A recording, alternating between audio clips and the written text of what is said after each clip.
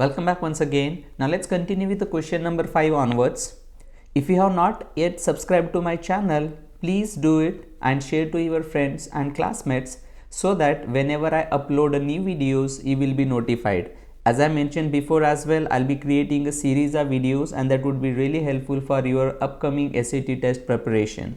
So let's start with the question number 5 here. It says, John paid a total of $165 for a microscope by making a down payment of $37 plus a P monthly payments of $16 each. Which of the following equation represents this situation? It's basically simply make an equation based on the given information.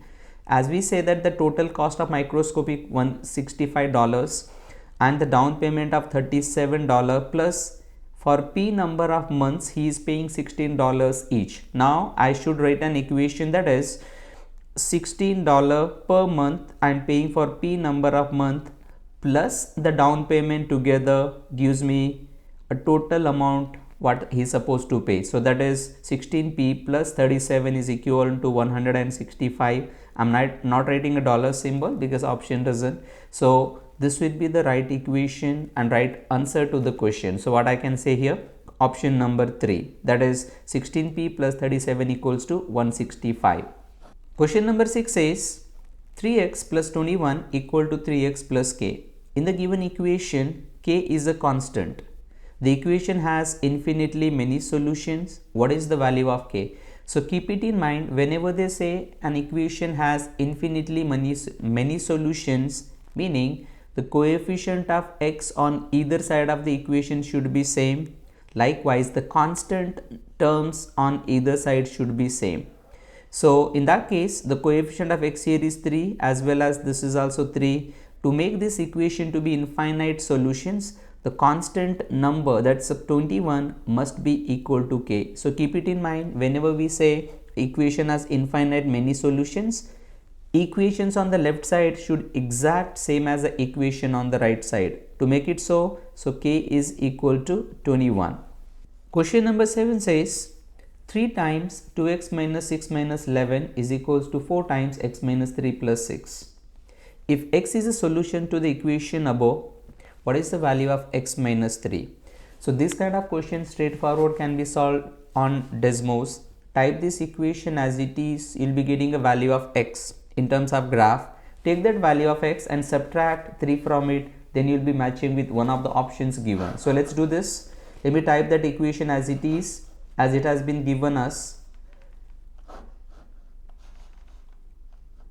Okay, yeah, I think let me write it as 3 times 2x minus 6 minus 11 equal to 4 times x minus 3 plus 6. So I'll be getting a value of x. So you can see where is the value of x. We're gonna get x is equals to 11.5. As I already told in the last class, first value is always x. So that is x equals to 11.5. What I can say, x equal to 11.5. But question says what is the value of x minus 3. So what it is x minus 3 then? It's gonna be 11.5 minus 3, which is equivalent to 8.5. So which is also equal to in fraction as 17 by 2. So that is the answer what I can go with. So now if you have difficulty, how do I predict 8.5 is equivalent to 17 by 2? What you can do is you can also take a help of desmos. See what I got, 11.5 as a value of x minus 3. I'm getting answer as 8.5. So when you click it on this fraction part, it also shows you in fractions, like 8.5 is same as 17 by 2. So we go with option B. Question number 8 says a factory makes 9-inch, 7-inch and 4-inch concrete screws. During a certain day, the number of 9-inch concrete screws that a factory makes is 5 times the number n of 7 inches concrete screws and the number of 4-inch concrete screw is 22. During this day, the factory makes 100 concrete screws total. Which equation represents this situation? They are asking us for the given information which one is the right equation. So as they say, factory is making 3 types of concrete screws, 9, 7 and 4 inches, and they also said that 9 inches concrete screws that a factory makes is 5 times the number n of 7 inches concrete screws. That it means to say factory is making n number of 7 inches concrete screws. So when I'm writing it as 7 inches concrete screws which is made by the factory is gonna be n, and how many the 9 inches, as they says 5 times the number n of 7 inches. So 9 inches concrete screws is equal to 5 times the number of 7 inches plus a 4 inches concrete screw is equal to 22. So 4 inches here we can say is equals to 22. Now what is the total number of concrete screw has been made? This is 100. So when you are adding them all, that all should be add up to 100. So that is, I'm just asked to make an equation. So how do we do that? N plus 5n plus 22 is equals to 100, which is same as n plus 5n, I can say 6n plus 22 is equals to 100. This is the equation we can set up for the given information. So go with option D. Question number 9 says, Alan drives an average of 100 miles each week. His car can travel an average of 25 miles per gallon of gasoline. Alan would like to reduce his weekly expenditure on gasoline by $5. Assuming gasoline costs $4 per gallon, which equation can Alan use to determine how many fewer miles he should drive each week? So we are asked us to calculate which equation can be used to minimize the cost by $5. So how do we gonna do that?